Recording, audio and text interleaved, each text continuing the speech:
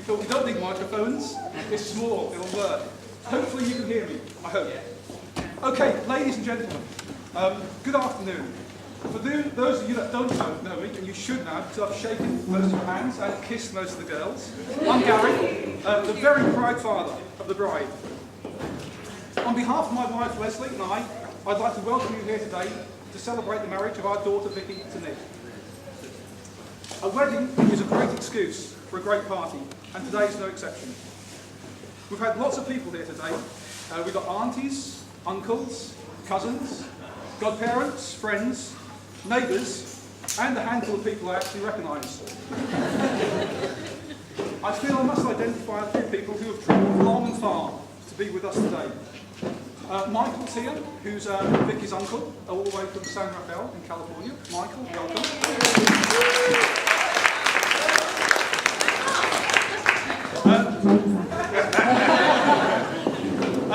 We've got Claire and Nick. They've travelled from Australia, and they're now officially 3 hours into being Vicki's brother and sister-in-laws. Their daughters are flower girl Danielle and her sister Gabrielle are here as well, so welcome to you. I'd also like to welcome Alana, who is one of the bridesmaids, and John, the partner, who have travelled from Australia. I would also like to pass on our congratulations to John and Alana because they're planning to get married in February 2011. So congratulations.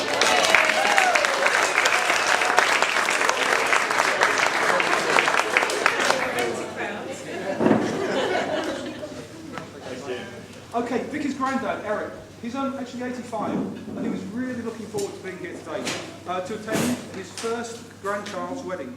Unfortunately, Eric is poorly at the moment in hospital and not well enough to be with us today. He sends his love, Vicki, and we'll spend some time with Eric a few weeks after the wedding when you're back from your honeymoon, and we'll share some cake and some pictures with him as well. So that'll be fine. I also like to say that no one's heard this speech. And Leslie is sitting there looking really worried. I'd like to say that Leslie and I are happy to welcome into our family 2 very special people, without whom Nick would not be here today. And no, I don't mean the taxi driver and the best man, I mean Nick's parents, Mike and Pam. I believe it's quite unusual for the parents at these occasions to really know each other. I'm pleased to say that we've been friends with Mike and Pam for some years. We live only 2 miles apart in Woking and often meet up for trips to the theatre and holidays. It has been said, occasionally, sometimes, probably, that Mike and I take too many pictures. We both have a common strategy. If a job's worth doing, it's worth taking a picture of.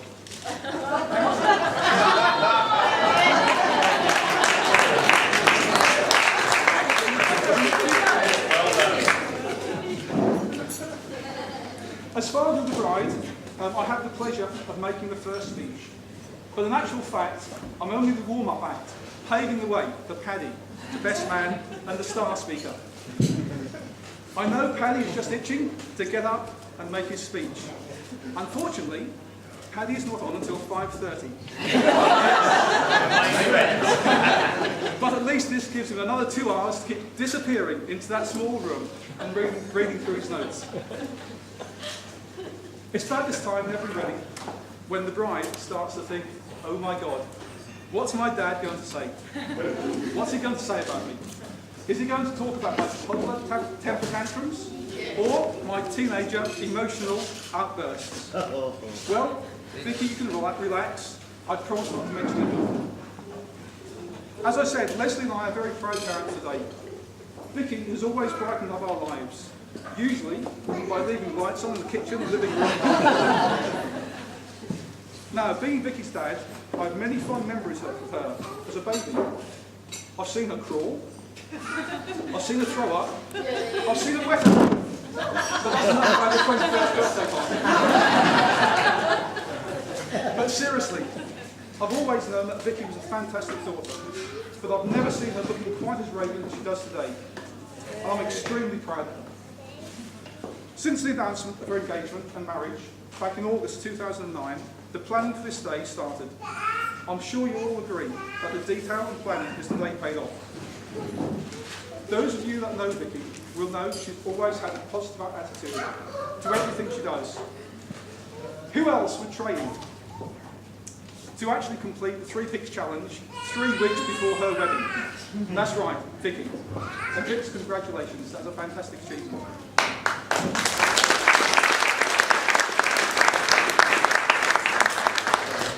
Okay, Nick, I'd like to welcome you into the family. I'm sure you know that you've always been welcome since we first met back in 2002. Ladies and gentlemen, you will know this if you actually read the profile on the Nick and Vic Are Getting Married website. I hope you all had a chance to look at that, because there were some very nice things on there as well. And I think I've actually seen the champagne bucket. I don't know whether you've noticed that, the header of the website. There was the champagne bucket, and there's a story behind that which probably Penny will talk about. I don't know, probably. Anyhow, so you're very welcome into our family.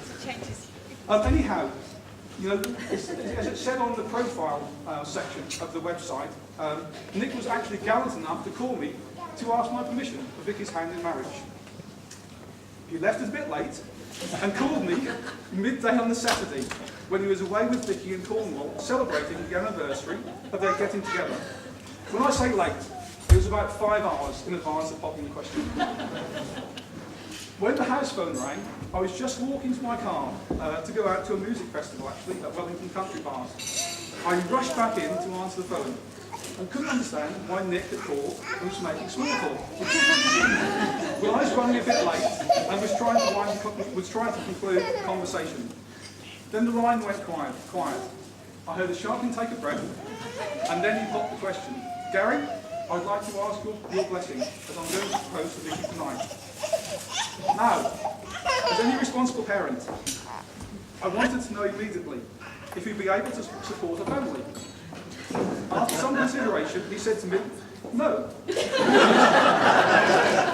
He was only planning to support Vicki, and Leslie and I would have to look after ourselves.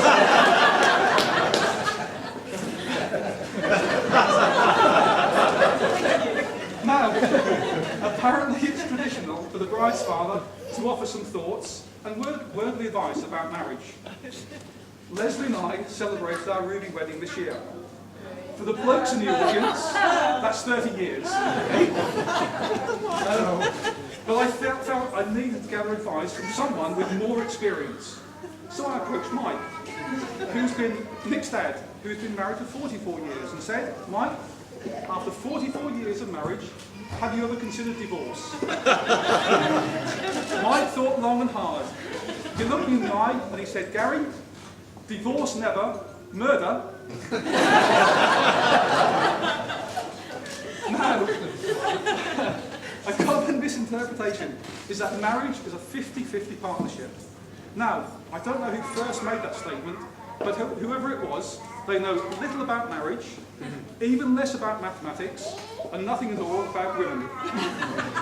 So, after all my deliberations, the very best advice I can come up with for the happy couple is this. Nick, when you're wrong, say I'm sorry. And when you're right, don't say anything at all. And Vicki, whenever possible, please say whatever you have to say during the Swindon Town half-time break or when the match is over. Okay, a marriage is about commitment. It needs patience and compromise. You must both realise that marriage isn't easy, but it's not impossible. Many of us know that everyone faces ups and downs in life, and there is no secret of a happy marriage. You'll both have to work hard, like many of us here, but I wish you both success and happiness in your future together. Well, I can see we're all starting to get very thirsty, and some people have drunk the champagne already. But anyhow, I'd like to, without further ado, I would like to ask you to be upstanding. I give you